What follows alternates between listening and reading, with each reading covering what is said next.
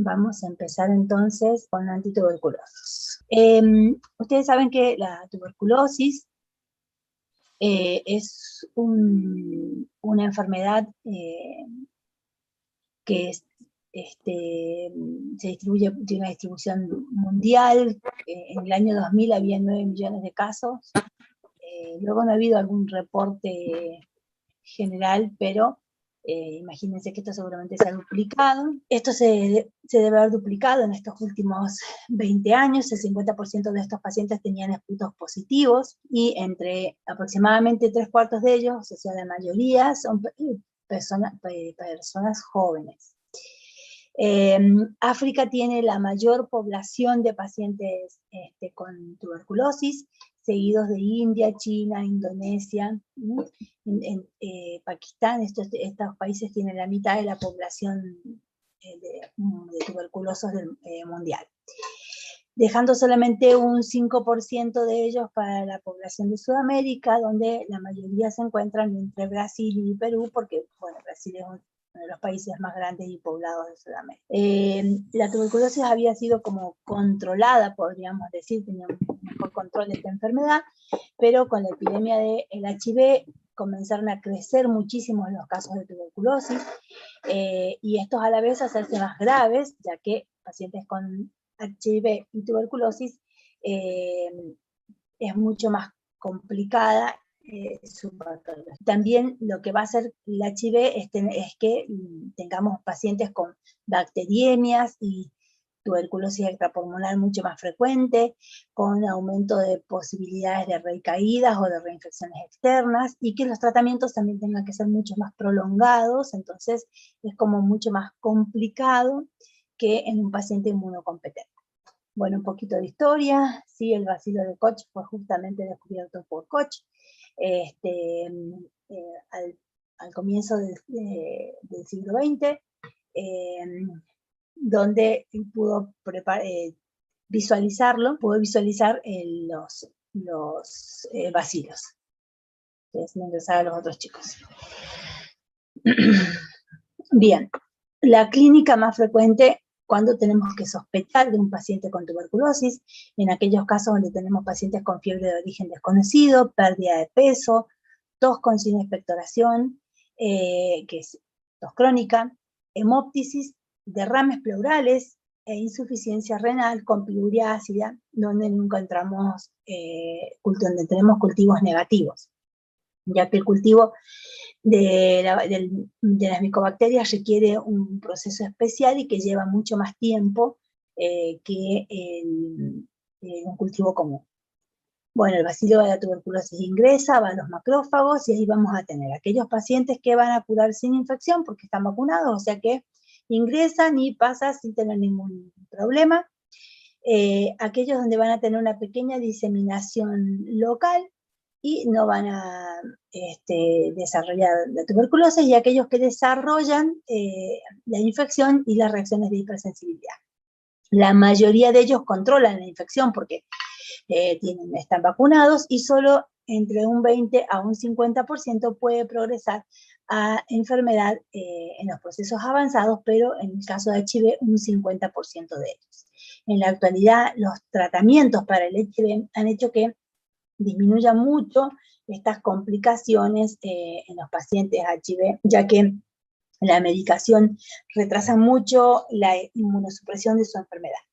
Para hacer el diagnóstico de la tuberculosis tenemos que tener en cuenta, por un lado, la bacteriología, ¿sí? Para eso recuerden que se hace esputo, ¿sí? Donde tenemos que conseguir la bacteria o hacer el cultivo del esputo, el patrón radiológico y también la PPD positiva. La PPD positiva no es una prueba diagnóstica exclusiva en la Argentina ni en los países donde se vacunan para la tuberculosis, ya que justamente la vacuna genera la lesión de la PPD. Lo que pasa es que la genera mucho más pequeña la de la vacuna que la de la infección, pero bueno, puede a veces presentar confusión. Dentro del tratamiento vamos a tener diferentes fármacos que los vamos a clasificar en dos grupos principalmente. Aquellos que son los clásicos, que quieren decir que son las drogas que se utilizan habitualmente para el tratamiento, donde vamos a tener la isoniazida, la rifampicina la piracinamida, el etambutol y la streptomicina. Y vamos a tener un grupo que se utiliza para cuando hay tuberculosis resistente o multiresistente. En ellos vamos a tener un grupo de antimicrobianos muy variados, que van como la kanamicina, dentro de los que ustedes ya vieron, la citocerina, la vancomicina, la ciprofloxacina, el ácido paraminosalicílico, que son algunos de ellos específicamente utilizados para, como el ácido paraminosalicílico, para la tuberculosis resistente. Pero el esquema principal se hace con las drogas clásicas. Bien, vamos a hablar entonces de este grupo de drogas clásicas primero. Dentro de ellas vamos a empezar con la isoniazida, ya que es un fármaco específico para el tratamiento de las micobacterias y es la droga gold estándar para este tratamiento. Tiene la característica de que es un bacteriostático, ¿sí? En el caso de que tengamos bacilos en reposo, pero es un bactericida en aquellos casos de los bacilos en división, en la fase de replicación.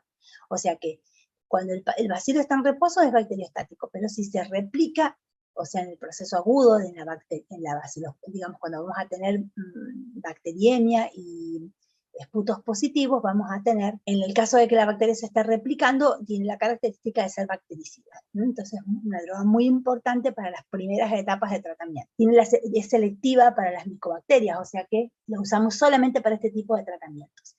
Y aparte tiene muy fácil penetración en las células, entonces esto hace que llegue bien al calcium, donde no todos los antibióticos pueden llegar. El mecanismo de acción es específico para las micobacterias, porque inhibe la síntesis de ácido micólico, que solamente las bacterias la tienen. Es un quelante de los metales, de los metales esenciales como el hierro, y interfiere en la producción del ADN, siendo un análogo para la nicotinamida. O sea que, aparte de inhibir la síntesis del ácido fólico, también va a ir a inhibir que del ácido micólico, que es el ácido que se encuentra en la pared de la bacteria, también va a ir a interferir con la producción del ADN de la bacteria. Dentro de su cinética tiene la característica de que tiene buena absorción, se distribuye muy bien por todos los líquidos y penetra el calcio, como les decía, que no es fácil que los antibióticos penetren en el calcio, lo hacen en bajas concentraciones, pero por muy buen tiempo, así que eso les permite tener una buena actividad, tiene un metabolismo hepático.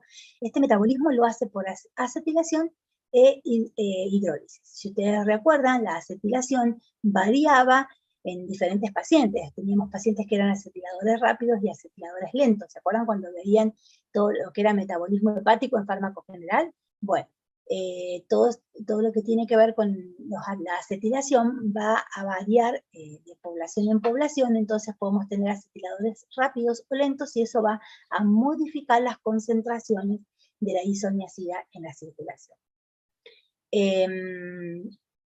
También otra parte de su metabolismo lo hace por reacciones de fase 2.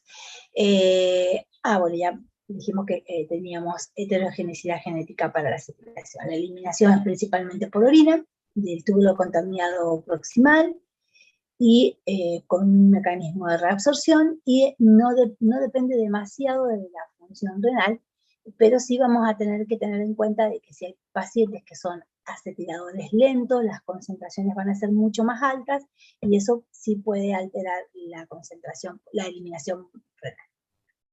Las concentraciones de isoniazida en acetiladores rápidos va a ir a variar y ser mucho menor que en la de los acetiladores lentos.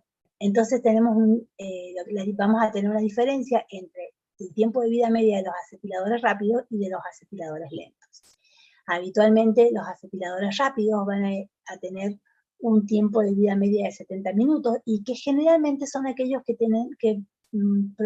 provienen de descendencias japonesas o esquimales, mientras que los acetiladores lentos van a tener un tiempo de vida media de 2 a 5 horas, y esto es habitualmente a aquellos pacientes que tienen descendencia escandinava, judía o raza blanca norafricana. Cuando nosotros vamos a dar un tratamiento a un paciente, Como no podemos saber quiénes son acetiladores lentos y quiénes son acetiladores rápidos, lo que nosotros hacemos es tomar como un intermedio y prevenir los efectos adversos que puedan tener aquellos pacientes que sean acetiladores lentos, ya que la acetilación lenta va a hacer que haya más acumulación del fármaco en el plasma y de esa manera puedan tener más posibilidad de tener más efectos adversos. Los efectos adversos, si bien no son tan frecuentes, pero vamos a ver que hay muchos que comparten con los otros fármacos, y eso hace que sí puedan tener algunos inconvenientes. El más frecuente es las reacciones alérgicas y la fiebre o las reacciones de hipersensibilidad. También tenemos trastornos artríticos o vasculitis y lupus. Tenemos trastornos hematológicos con leucopenia. Y después vamos a tener que aquellos acetiladores lentos tienen predisposición a los efectos adversos neurológicos a nivel del sistema nervioso central. Disminuye la síntesis de GABA, entonces puede producir convulsiones o trastornos psiquiátricos. Y a nivel periférico puede producir neuritis con un aumento porque aumenta la eliminación de piridoxina. Entonces, aquellos pacientes, todos los pacientes que van a ser tratados con isoniazida se suplementan con vitamina B6 sí o sí a todos para evitar estos trastornos, estos efectos adversos periféricos. En cambio, los acetiladores rápidos tienen más predisposición a producir hepatotoxicidad, con aumento de las transaminasas y más posibilidad de tener hepatitis grave. Esto hace que tengamos que controlar a todos los pacientes que consumen isoniazida con un hepatograma frecuente. La dosis de la isoniazida es de 5 miligramos kilo de peso por día. Y ya van a ver, porque estoy armando como una mnemotecnia. Miren, isoniazida tiene de 5 a 10, después van a ver enseguida rifampicina de 10 a 15 y el resto de 15 a 20. Entonces es como un esquemita para que lo tengan en cuenta y se recuerden las dosis. Isoniazida tiene resistencia por medio de mutación en sentido equivocado de la síntesis de su ácido micólico, y esto hace que los tratamientos, si los hacemos como una droga, tengan mucha resistencia, porque ya de por sí las bacterias tienen una resistencia genética propia, adquirida, no por, ya en sí, no solamente adquirida. Entonces, esto hace que los tratamientos para la tuberculosis los tengamos que hacer con un conjunto de drogas, ¿sí? No se hacen como una droga, sino que se hacen esquemas multidrogas. Ahora lo vamos a ver cuando terminemos de ver las drogas en sí. Bueno, la rifampicina es un antibiótico que tiene un mecanismo de acción porque inhibe la ARN polimerasa y de esta manera inhibe la formación del ADN. Es un bactericida en el organismo, tanto en aquellas bacterias, tanto que se encuentran en forma intracelular como extracelular. Entonces es bactericida prácticamente en todos los casos. Tiene la característica de que se absorbe bien, es un antibiótico que tiene variabilidad en la absorción, pero suficientemente bien como para tener buenas concentraciones. Hay algunas asociaciones con otros antituberculosos como el ácido paraminosalicílico que retrasa la absorción, pero no son habituales estos tratamientos.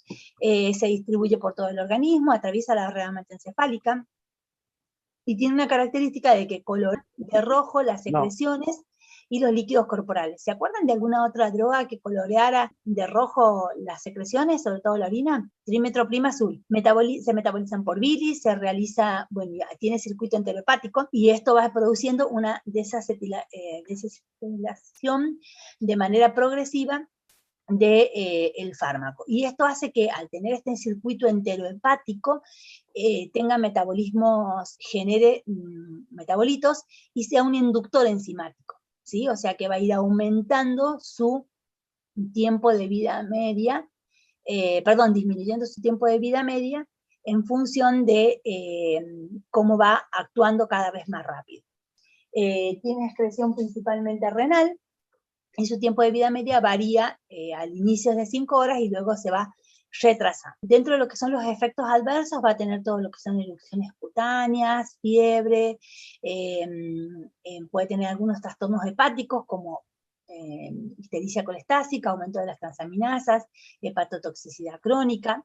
trastornos gastrointestinales, náuseas, vómitos, y a nivel del sistema nervioso central, fatiga, somnolencia, mareos. También produce dolores musculares, calambres, y como dijimos, tiñe las secreciones. Fíjense en que son bastante parecidos a los que tenemos con isoniazida, excepto la parte de la neuropatía periférica, tenemos la hepatotoxicidad, la fatiga, los dolores musculares, ¿sí? O sea que hay muchos efectos adversos que comparten entre dentro de las interacciones farmacológicas, rifampicina tiene varias interacciones, sobre todo con aquellas drogas que tienen un rango terapéutico corto, por lo que es un inductor enzimático. Al inducir la citocromo, va a ir a disminuir la vida media de drogas como la digoxina, la quinidina, el propanolol. Estos no los han visto. También algunos, algunos glucocorticoides, anticoagulantes y teofilina. Entonces hay que tener en cuenta cuando se administra qué otros medicamentos toma el paciente para no disminuir su actividad. La dosis es de 10 miligramos kilo de peso días, se lo utiliza generalmente en ayuna y no solamente tiene la indicación de la tuberculosis, sino que también se puede tratar o utilizar para la profilaxis de la meningitis por meningococo y en algunas otras infecciones como meningitis causadas por Staphylococcus aureus meticilino resistente o algunos otros gérmenes sensibles para la rifampicina. Es un antibiótico que prácticamente no se usa más que para tuberculosis, entonces nos puede servir en el caso de que tengamos pacientes con resistencia a otros medicamentos, a cefalosporinas, a la penicilina, como profilaxis o nos va a permitir el tratamiento en las meningitis. Vamos con piracinamida. La piracinamida es un análogo piracínico de la nicotinamida. Esto hace que tenga una indicación casi exclusiva también para la tuberculosis. Tiene muy buena actividad solamente en el medio ácido, lo que hace que sea muy bueno para la tuberculosis cuando tenemos un proceso activo con calcio. Penetra muy bien y tiene muy buena actividad para el bacilo dentro del calcio. Pero induce resistencia rápidamente cuando se lo administra solo, por eso es uno de los tratamientos que se asocian en las primeras etapas, cuando tenemos mucha proliferación de bacterias y tenemos mucho calcio, se asocia a piracinamida también. La cinética es una cinética clásica, ya que tiene buena absorción, se distribuye bien, puede concentrar bien el líquido cefalorraquídeo y la eliminación. Los efectos adversos, fíjense en que también suman más hepatotoxicidad a los que ya tenemos, hace que dentro de lo que son las drogas para la tuberculosis es el más hepatotóxico. Puede producir uricemia y artralgias, después todo lo que son las reacciones cutáneas de hipersensibilidad y los trastornos gastrointestinales. La dosis es de 15 a 30 miligramos kilo de peso días, este se toma en 2 a 3 tomas por día, se debe dar por lapsos breves, bueno, en realidad un tratamiento para la tuberculosis 2 meses es un lapso breve, y actúa principalmente, como decíamos, a pH básico en los bacilos intracelulares, nos sirve para los inicios del tratamiento y también es muy útil para la tuberculosis, la meningitis tuberculosa, ya que atraviesa la barrera hemática. El etambutol solo actúa en las micobacterias, o sea que es una droga que se puede utilizar solamente para los tratamientos de la tuberculosis y es un tuberculostático, o sea que no es un bactericida, sino que es un bacteriostático. Actúa cuando los bacilos se replican en forma de crecimiento exponencial nada más, o sea que también nos sirve solamente para los procesos iniciales del tratamiento cuando la bacteria se está replicando. Su mecanismo de acción es por inhibición de la incorporación del ácido micólico a la pared bacteriana y aparte es un quelante de los metales esenciales, así que hay que tener cuidado con la administración, de que el paciente no tome otras drogas que tengan metal. Tiene muy buena absorción, buena distribución, concentra líquido cefalorraquídeo y una eliminación por filtrado glomerular, en la mayoría de ellos sin cambio como droga. Los efectos adversos, fíjense en que van a ir a compartir con los demás las erupciones cutáneas y todo lo que tiene que ver con las reacciones de hipersensibilidad en la piel. También presenta neuritis periférica, como lo hacía la isoniazida, neuritis óptica, esto lo hace porque pierde la capacidad diferencial entre el color rojo y verde, y esto va a ser tiempo y dosis dependiente, y también aumenta la concentración de ácido úrico. Fíjense en que la dosis, al igual que de piracinamida, es 15 miligramos kilo de peso días, una sola vez por día, por día en el caso de esta, y se debe ajustar dosis en los pacientes con insuficiencia renal. No se lo utiliza en los niños menores de 5 años, ya que al ser un quelante de algunos metales y de algunas sustancias puede alterar el cartílago del crecimiento, y lo que sí se da asociada a otras drogas para prevenir la resistencia a las drogas principales como isoniazida y rifampicina. Vamos con streptomicina. ¿A dónde le hemos visto? ¿Qué le suena? Es un aminoglucósido. Es un aminoglucósido, exactamente. Es un aminoglucósido, y como todos los aminoglucósidos, ¿por qué vía se utilizan? Vía parenteral, solo vía parenteral, profe. Solo vía parenteral, ¿sí? Entonces los aminoglucósidos solo se los utiliza por vía parenteral. Bueno, la streptomicina, al ser un aminoglucósido, solamente se puede utilizar por vía parenteral. Esto hace que no sea muy fácil su accesibilidad al uso. Por eso es que streptomicina se la reserva para ciertas indicaciones. Bueno, un aminoglucósido, ya saben el mecanismo de acción. Saben que los aminoglucósidos son bactericidas, y su espectro cubre solamente bacterias gram negativas aerobias, ¿sí? No tienen mucha acción en los medios ácidos, y menos en el entorno de anaerobiosis, pero dentro de sus puntos positivos es que tenían mucho efecto postantibiótico. Es una droga muy polar y por lo tanto no se absorbe por vía gastrointestinal, tiene mala distribución, muy alta unión a proteínas, solo se detecta altas concentraciones de los aminoglucósidos en riñón, endolinfa y perímetro. Y la eliminación era por filtración glomerular. Dentro de los efectos adversos, bueno, ¿se acuerdan? Ototoxicidad, nefrotoxicidad, bloqueo neuromuscular, alteraciones del nervio óptico. Y la dosis es igual a los últimos 3 que venimos viendo, que es 15 miligramos kilo de peso día. Tiene muchos efectos adversos en comparación a las otras drogas, y aparte requiere de ajuste en insuficiencia renal. Entonces, no es de primera línea, pero ya vamos a ver cuándo la podemos. Hasta acá hemos visto las 5 primeras drogas o drogas clásicas para el tratamiento de la tuberculosis. ¿Se acuerdan? Voy a ir a la clasificación, y tenemos estas 5 drogas clásicas que ya vamos a ver cómo las usamos y las asociamos. Ahora, ¿qué pasa cuando alguna de estas genera resistencia? En ese caso, los tratamientos y los esquemas se aumentan en su tiempo de tratamiento, y se puede utilizar aquel grupo de drogas que son para la tuberculosis resistente.